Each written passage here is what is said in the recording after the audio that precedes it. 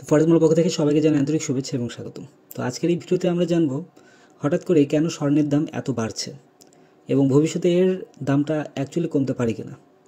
তো বেসিক কিছু জিনিস নিয়ে আলোচনা করব। তো চলুন তাহলে শুরু করা যাক। তো আপনি যদি নতুন হয়ে থাকেন তাহলে অবশ্যই ফরেজমার চ্যানেলটি সাবস্ক্রাইব করবেন। আর এখন এখানে যেই চার্টটা দেখতে পাচ্ছেন এটা একটা রোবট চলছে। এই রোবটে খুব সুন্দরভাবে প্রফিট করে যাচ্ছে। গত কয়েকদিন ধরে আমি আপনাদের সাথে শেয়ার করে আসছি।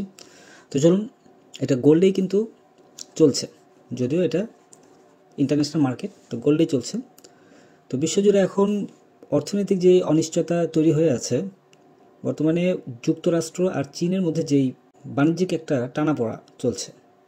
তো এই টানাপোড়াটা কেন টানাটানি চলছে, এটার মূল কারণটি হচ্ছে চীন বর্তমানে স্বর্ণ রিজার্ভ করছেন বেশি।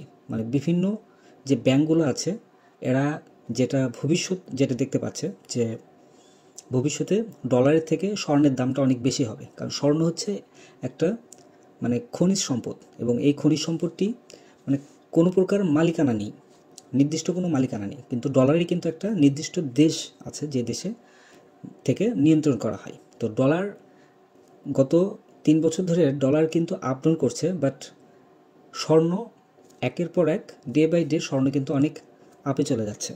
তো এই যে একটা বিভ্রান্তির মধ্যে পড়ে আছে ডলার এবং স্বর্ণ নিয়ে। তো ম্যাক্সিমাম যারা স্টক বিজনেস করেন এবং স্বর্ণে যারা পুঁজি বিনিয়োগ করেন, তো তারা বেশিরভাগই কিন্তু স্বর্ণের দিকে ঝুঁকে পড়ছেন বেশি।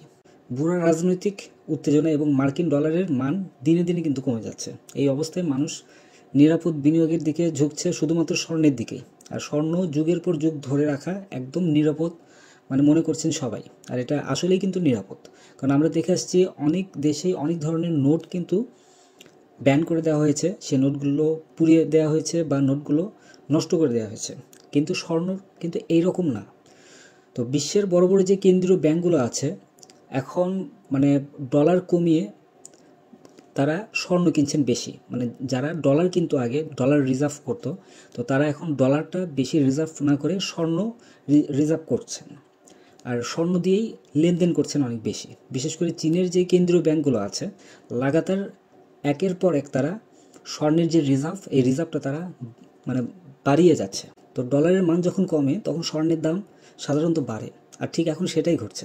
এছাড়া আন্তর্জাতিক বাজারে স্বর্ণের চাহিদা এতটাই বেড়ে গেছে যে দামও একদম দিনের পর দিন একটার পর একটা রেকর্ড ছাড়িয়ে যাচ্ছে। আমি গত কিছুদিন আগে আপনাদেরকে বলেছিলাম যে 3000-এ মার্কেট হিট করবে, যখন মার্কেট ছিল 2300-তে। তো এখন অলরেডি 3000-এ হিট করার পরও 3300 পার করে মার্কেট এখন 3300-র ঘর প্লাসে আছে।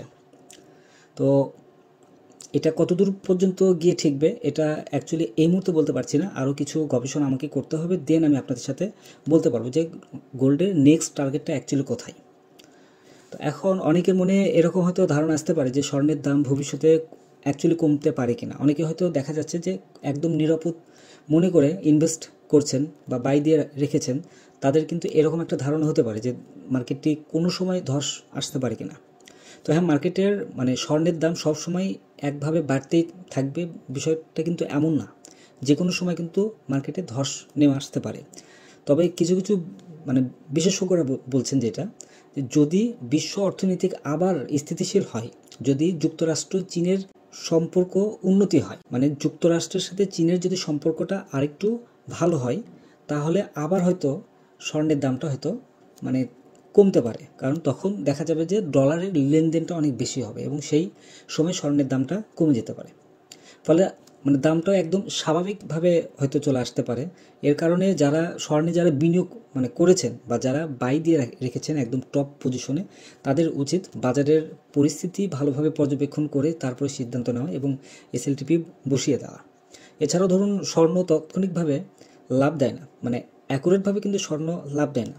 দীর্ঘমেয়াদ বিনিয়োগ যদি করে থাকেন, দেন দেখবেন যে ধীরে ধীরে আপনার একটা লাভের পর্যায়ে কিন্তু চলে আসবেন। যারা স্ক্যাল্পিং করেন না বা যারা রিস্ক নিতে চান না, তাদের ক্ষেত্রে আমি বলছি। তো আজকের এই ভিডিওতে আমরা জানলাম কেন স্বর্ণের দাম বেড়েছে এবং ভবিষ্যতে দাম কি হতে পারে। আপনার যদি এই ভিডিওটি ভালো লেগে থাকে তাহলে অবশ্যই লাইক দিন, কমেন্ট করুন, আর ফরেক্স বাংলা চ্যানেলটি সাবস্ক্রাইব করতে ভুলবেন না। ধন্যবাদ সবাইকে।